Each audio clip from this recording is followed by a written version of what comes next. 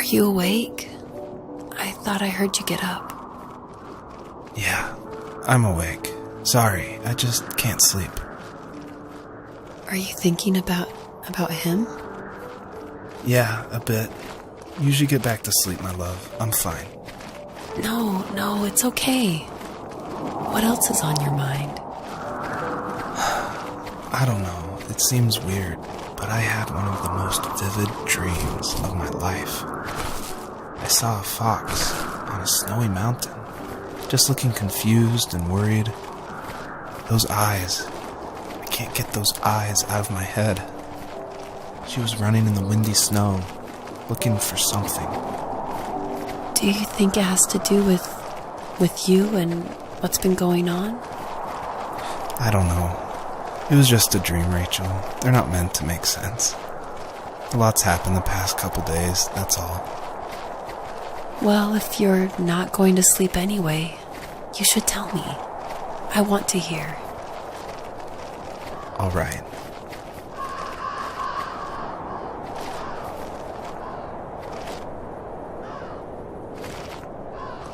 So, not far from her home, she followed that path to something unexpected.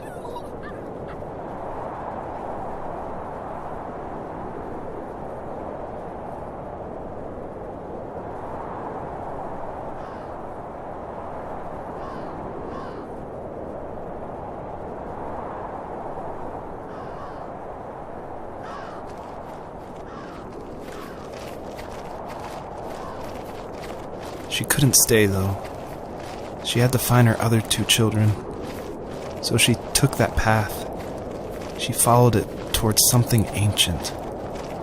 Something with answers.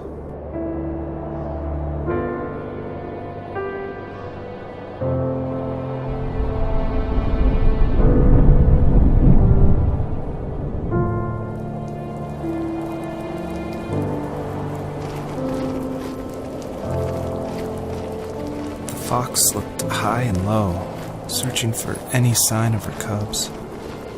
Points of light showed the way to this ancient tree.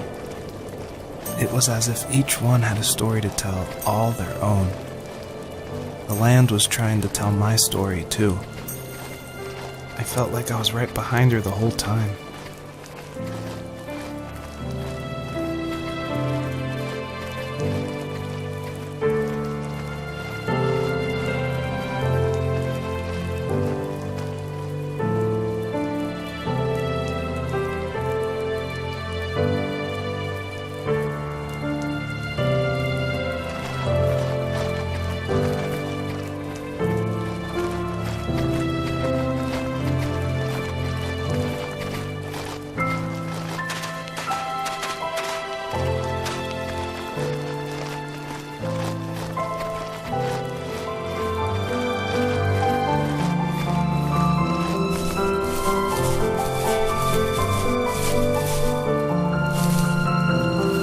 As a kid, did you ever do show and tell in your class? Yeah, I think I only did it once, when I was in the 4th grade. You know how my life was around then. I wanted to show my class what helped pass the time and distract me, so I brought a dozen paper cranes I had made. I think I told everyone how badly I wanted to be a bird and fly, embarrassingly enough. Don't be embarrassed. Every kid wants to fly. For me, it was another toy from my dad, a wooden boat. I remember guarding it so carefully in my hands as I walked into class. When I sat down, a group of boys immediately made fun of it. They asked which trash can I found it in, or why an ugly log was my favorite toy. When I got up, I didn't even want to tell them my dad had carved it. I said it was a joke gift my friend had given me. Kids can be so cruel. Some of them are. I shouldn't have let them get to me, but it did. It's amazing we bounced back at all.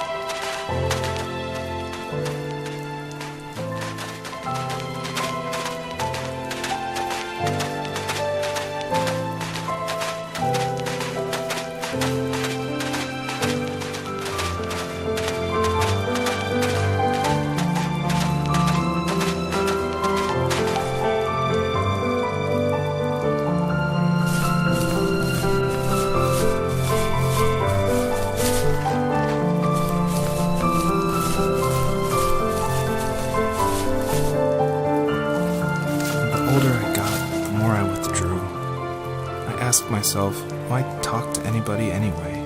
Why bother when I'm happy by myself? I started drawing a lot, mostly animals I saw in the woods by my home. I then imagined designing my own hideouts with things like TVs and pantries full of chips and cookies. I think that idea of leaving home and drawing blueprints started my career. I found a lot of solace in that. I'm not surprised, but I did the same thing, you know? There's something special about having a place to call your own. And now look at us. Well, if you count renting in an overpriced city. It's as close as we can get for now.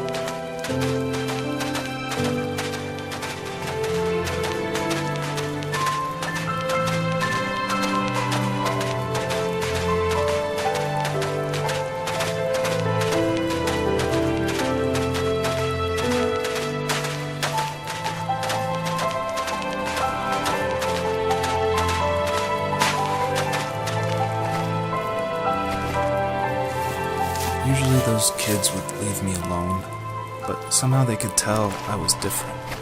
They made fun of how far away I lived. They called my dad a sourdough. I was a blabbermouth as a kid, telling my dad stories I made up for hours. But after that show and tell, I didn't tell him much anymore. He didn't know exactly what was wrong, but his best guess was that the toys he carved weren't cool enough. He carved me a tank, and tried to tell me what it was like to be in a real tank as a serviceman. I didn't know your dad was in the military. Yeah, in the army. The sad thing is that I pretty much forgot until just now. There's so much I still don't know about him. I'm sorry. He knows how much you love him. You're going to see him again soon and have some closure, I'm sure.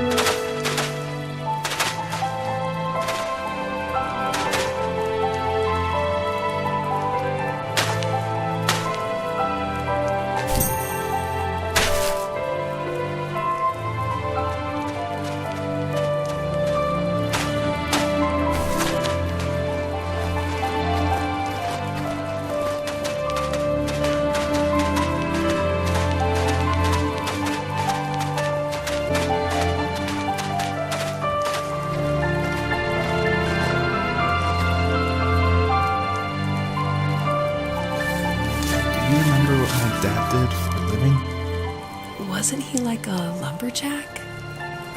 That's one way of putting it. If wood was a canvas, then a carving knife was his paintbrush. Even after working a 50-hour week, even after his hands were more splinters than skin, he would bring home the nicest piece of Alaskan weeping cedar and make me toys. That wooden train was the first toy I can remember, and I loved it. I just knew from a young age I was going to be a lumberjack, like my father.